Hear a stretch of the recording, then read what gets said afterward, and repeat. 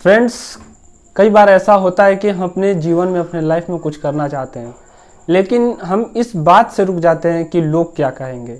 या कभी कभी ऐसा होता है कि हम उस काम को शुरू भी कर देते हैं, लेकिन लोगों के आपस में बात करने की वजह से हम उस काम को छोड़ दिया करते हैं। तो दोस्तों, आइए इस बात को हम एक छोटी सी कहानी के माध्यम से समझते हैं।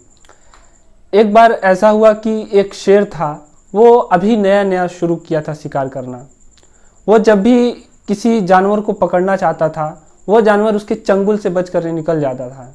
वो कभी भी कोई ऐसा शिकार उसके हाथ में नहीं आया था और इस बात को सोच करके बहुत परेशान था। और इस सारी एक्टिविटीज़ को, सारी क्रियाओं को उसकी माँ जो थी देख रही थी। उसकी माँ एक कुशल शिकारी थी। वर्तमान में उससे कोई जानवर उसके चंगुल से बच करके नहीं निकल पाता था।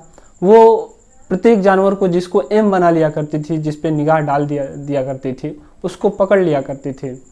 उसकी माँ ने उसको बताया कि देखो, एक समय था कि हमारे हाथ में भी कोई शिकार नहीं आया करता था। कई रात हम लोगों को भूखे भी रहना पड़ता था, लेकिन तुम इस काम को कंटिन्यू रखो, जारी रखो। एक ना एक दिन तुम एक कुशल शिकारी बन जाओगे।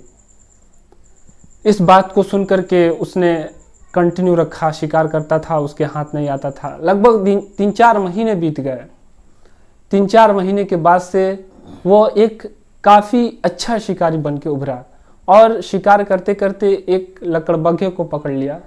जो लकड़बग्घों का समूह था, वो काफ़ी उस शेर पे मजाक उड़ाया करता था। एक दिन उसने एक लकड़बग्घे को पकड़ लिया और जैसे ही उसने पकड़ा, उस लकड़बग्घे ने जब विनती करने लगा शेर से कि हमें छोड़ दो, हमें छोड़ दो, उस शेर ने कहा कि मैं बेशक तुम्हें छोड़ दूंगा, मैं तुम्हें मारूंगा नहीं, लेकिन तुम उन अपने दोस्तों को जाकर के बताना कि तुम हमारा मजाक उड़ा रहे थे और मैं अपना काम कंटिन्यू करता रहता था। और जा करके उनसे कह देना कि इसी वजह से वो जंगल में एक भागतू जानवर, भागने वाले जानवरों में से है और मैं उन लोगों का राजा हूँ। तो दोस्तों, हम कई बार लोगों के बात करने की वजह से या शर्म के वजह से, लोग क्या कहेंगे, हम अपना काम नहीं करते हैं। तो निश्चित ही हमें अपना काम करना चाहिए और एक दिन आएगा कि वही लोग जो हमारी बुराइयां करते थे, जो हमें कहते थे कि तुम नहीं कर पाओगे, और वही लोग आपकी प्रशंसा करने लगेंगे, वही लोग आपसे हाथ मिलाना चाहेंगे, आपसे बातें करना चाहेंगे। तो मित्रों, आज की ये छोटी सी कहानी कैसी लगी है, कमेंट बॉक्स में ज़रूर लिखिएगा।